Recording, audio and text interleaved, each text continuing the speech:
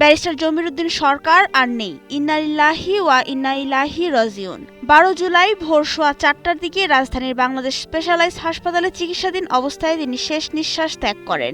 বিএনপির আন্তর্জাতিক বিষয়ক সম্পাদক ব্যারিস্টার নাসির উদ্দিন অসীম তার মৃত্যুর বিষয়টি নিশ্চিত করেছেন।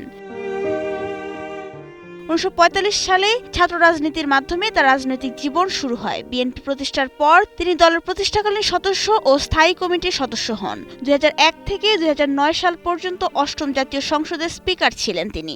2002 সালে ভারপ্রাপ্ত রাষ্ট্রপতির দায়িত্বও পালন করেন। 5 বার সংসদ সদস্য নির্বাচিত হওয়া জমির উদ্দিন সরকার জিয়াউর রহমান, আব্দুস সাত্তার ও খালেদা জিয়ার সরকারে বিভিন্ন মন্ত্রণালয়ের দায়িত্ব পালন করেছেন। জাতীয় সংসদের সাবেক স্পিকার ও বিএনপি স্থায়ী কমিটির সদস্য জমির উদ্দিন সরকার স্ত্রী নূর আক্তার, 1 কন্যা ও 2 পুত্র রেখে গেছেন। তার জানাজা ও দাফনের সময়সূচি পরে জানানো হবে।